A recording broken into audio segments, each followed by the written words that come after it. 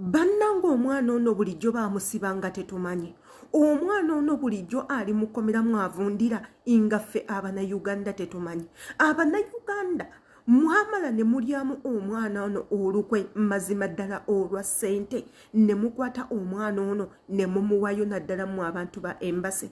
Naye embase zaffe ez'e Uganda naddala embase eyamulino eggwanga mwe tukolera erya Saudi Arabia.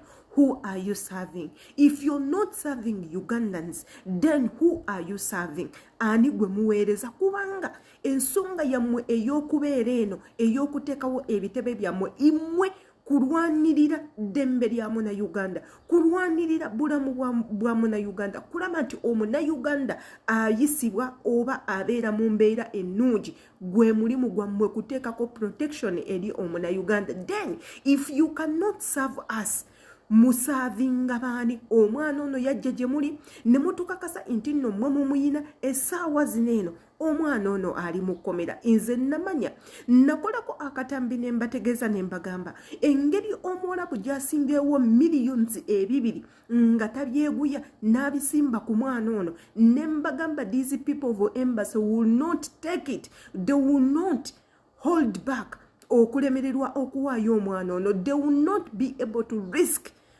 okuluzinga sente zino. Bajja kumala bamulimberimbe impaka Omuwarabu lwe bamubbako sente zino, lwe bamujjako sente zino nga beeyambisiza in exchange baweeyo omwana ono. Kimaze ne kituukirira. Naye nga lwaki tutuuka ku ekyo Abanayuganda? Lwaki tutuuka ku ekyo olw'omululu gwe muyina, olw'essente ze mwagala mubeere nazo mugaggawale, z'ogenda okufa oleke ku nsi, ze batagenda kuzimba nazo, ze batagenda kuzimbira mu ntaana, owaddeyo obulamu bw'omuntu mulamba olw'okuba gwe weetaaga ssente. Kale wulira.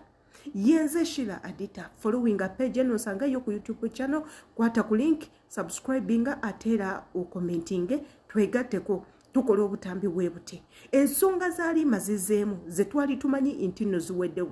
Abanayuganda mukijjukire intino twayirawo omuganda waffe ono omubiri ne tukola obutambi bungi nnyo okusaba obwenkanya gyali ne tucyankalanya almost each and everything okuteekako akazito Omuwarabu okulaba nti muganda waffe ono akomawo. Tukijjukire ntino Halima yolimu ono bamuteekako omusango ogw'okubba golodi ne ssente enkalu. Ekintu ffenna abakozi naddala abakolera mu nsi z'Obuwarabu kye twagaana okukkiriza olw'ensonga tukimanyi. Omuwarabu asobola okukola buli kimu okuteekako omusango. Muganda waffe ono yafuna chance n'agenda ku embassy, ate embassy kennyini n'emukwata n'emuwaayo. Waliwo akatambi akayitingana ofisi ya Halima yennyini ng'etutegeeza nti nno kye baagala kiri kimu, omwana ono yeeweeyo bo basobole bafune engeri yonna ey'okumuyamba, of which twali tukiganye. Fenna tukimanyi nti nno omuntu w'otuuka ku embassy oba otuuse waka era embassy eba egenda kuyambira ddala in each and everything kye weetaaga, including okuyambako okumalawo ebyo ebizibu ebikutawaanya.